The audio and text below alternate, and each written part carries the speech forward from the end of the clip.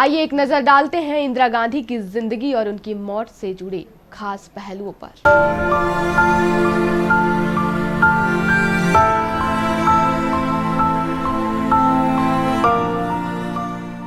इंदिरा के बचपन से शादी तक का सफर। इंदिरा गांधी का जन्म 19 नवंबर 1917 को एक कश्मीरी पंडित के घर हुआ था। वह भारत के पहले प्रधानमंत्री जवाहरलाल नेहरू की बेटी थी। बचपन से ही राजनीति उनकी जिंदगी पर हावी थी। बचपन में उन्होंने असहयोग आंदोलन के दौरान कांग्रेस पार्टी का समर्थन करने के लिए बच्चों के बाल चरखा संघ और बानर सेना की स्थापना की। कहते हैं कि 1930 में इंदिरा गांधी की मुलाकात फिरोज खान से हुई। उन्होंने अपने पिता के खिलाफ जाकर 1942 में फिरोज से शादी कर ली और उनके 2 बच्चे संजय और राजीव हुए। दोनों की प्रेम कहानी बहुत चर्चित रही। दोनों के अलग अलग धर्मों के होने की वजह से भारतीय राजनीति में खलबली मचने का डर जवाहरलाल नेहरू को भी सताने लगा था। इसलिए उन्होंने यह बात महात्मा गांधी से बताई और उनसे सलाह मांगी। महात्मा गांधी ने फिरोज को गांधी सरनेम की उपाधि दे दी और इस तरह फिरोज खान फिरोज गांधी बन गए और इंदिरा नेहरू इंदिरा गांधी बन गई। कब हुई थी राजनीति में इंदिरा गांधी की एंट्री? 1955 में इंदिरा गांधी कांग्रेस पार्टी की कार्य समिति सदस्य बनी। उन्होंने जवाहरलाल नेहरू के प्रधानमंत्रित्व में उनकी सहायता की और 1959 में भारतीय राष्ट्रीय कांग्रेस की अध्यक्ष बनी। 1964 में जवाहरलाल नेहरू के निधन के बाद लाल बहादुर शास्त्री देश के दूसरे प्रधानमंत्री बने, लेकिन 11 जनवरी 1966 में उनकी अचानक मृत्यु हो गई, जिसके बाद इंदिरा गांधी को कांग्रेस पार्टी का नेता चुना गया। मोरारजी देसाई के नेतृत्व में पार्टी के दक्षिणपंथी वर्ग के भीतर लगातार चुनौतियों के बीच इंदिरा गांधी ने उन्हें हराया और भारत की प्रधानमंत्री बनी। अपने कार्यकाल के शुरुआती चरण में उन्हें पार्टी के वरिष्ठ नेताओं के हाथों की कठपुतली मात्र की आलोचना भी मिली। अब नजर डालते हैं इंदिरा गांधी के कुछ बड़े फैसलों पर। बैंकों का राष्ट्रीयकरण। 19 जुलाई 1969 को इंदिरा गांधी के नेतृत्व वाली सरकार ने एक अध्यादेश पारित किया। यह अध्यादेश देश के 14 निजी बैंकों के राष्ट्रीयकरण के लिए था। अध्यादेश पारित होने के बाद इन बैंकों का मालिकाना हक सरकार के पास चला गया। पाकिस्तान और चीन के साथ युद्ध के बाद भारत की खराब राजकोषीय स्थिति, सूखा और सार्वजनिक निवेश की कमी के कारण बैंकों का राष्ट्रीयकरण हुआ। Allahabad bank, bank of India, bank of Maharashtra, central bank of India, Dena bank, Indian overseas bank, Punjab national bank, UCO bank, union bank, Canara bank, Indian bank, bank of Baroda आदि बैंक इसमें शामिल थे। पाकिस्तान के 2 टुकड़े। इंदिरा गांधी ने पाकिस्तान को ऐसा जख्म दिया जिसकी टीस हमेशा उसको महसूस होती रहेगी।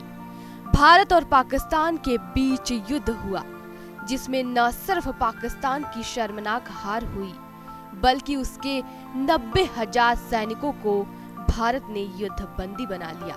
प्रिवी पर्स यानी राजभट्टी को खत्म करना।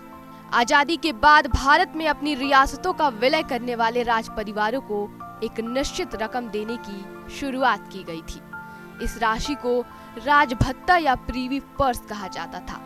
इंदिरा गांधी ने इसे सरकारी धन की बर्बादी बताया था। उन्होंने साल 1971 में संविधान में संशोधन करके राजभत्ते की इस प्रथा को खत्म किया। 1974 में पोखरण में परमाणु परीक्षण। 18 मई 1974 भारतीय इतिहास का अहम दिन था। इसी दिन भारत ने पोखरण में परमाणु परीक्षण करके दुनिया को हैरत में डाल दिया। इस ऑपरेशन का नाम स्माइलिंग बुद्धा था। आपातकाल स्थिति। इंदिरा गांधी के संबंध में इलाहाबाद हाई कोर्ट में एक याचिका दाखिल की थी। उसी याचिका पर सुनवाई के बाद हाई कोर्ट ने इंदिरा गांधी के खिलाफ फैसला दिया था। 6 सालों तक उनके चुनाव लड़ने पर रोक लगा दी थी। उनको संसद से भी इस्तीफा देने को कहा गया था, लेकिन इंदिरा गांधी ने हाई कोर्ट का फैसला मानने से इनकार कर दिया।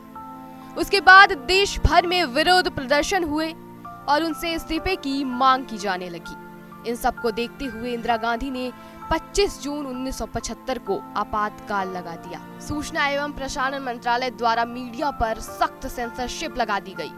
पुलिस ने कर्फ्यू लगा दिया और नागरिकों को जेल में डाल दिया। भारतीय लोकतंत्र में इस दिन को काला दिन कहा गया। ऑपरेशन मेघदूत 1984 में भारतीय सेना ने ऑपरेशन मेघदूत को अंजाम दिया था और पाकिस्तान की कब्र खोदी थी। इस ऑपरेशन की मंजूरी इंदिरा गांधी ने ही दी थी। दरअसल पाकिस्तान ने 17 अप्रैल 1984 को सियाचिन पर कब्जा करने की योजना बनाई थी, जिसकी जानकारी भारत को लग गई। भारत ने उससे पहले सियाचिन पर कब्जा करने की योजना बनाई और इस ऑपरेशन का कोड नाम ऑपरेशन मेघदूत रखा। Operation blue star. General Singh Bhindranwale और उनके सैनिक भारत का बंटवारा करवाना चाहते थे।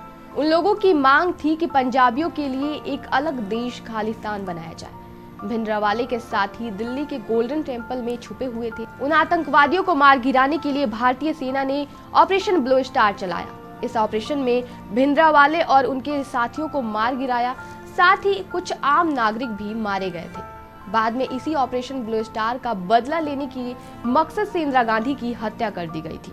ऑपरेशन ब्लू स्टार के बाद इंदिरा गांधी के 2 सिख अंगरक्षक सतवंत सिंह और बेअंत सिंह ने 31 अक्टूबर 1984 को नई दिल्ली के सफदरगंज रोड स्थित उनके आवास पर सुबह करीब 9:30 बजे गोली मारकर उनकी हत्या कर दी थी। इंदिरा गांधी को उनकी सरकारी कार में अस्पताल ले जाया जा रहा था, लेकिन रास्ते में ही उन्होंने दम तोड़ दिया। 3 नवंबर 1984 को राजघाट के पास उनका अंतिम संस्कार किया गया। उस जगह का नाम शक्ति स्थल रखा गया। ये जानकारी आपको कैसी लगी? ऐसी ही तमाम जानकारियों के लिए जुड़े रहिए हिंदी खबर के साथ।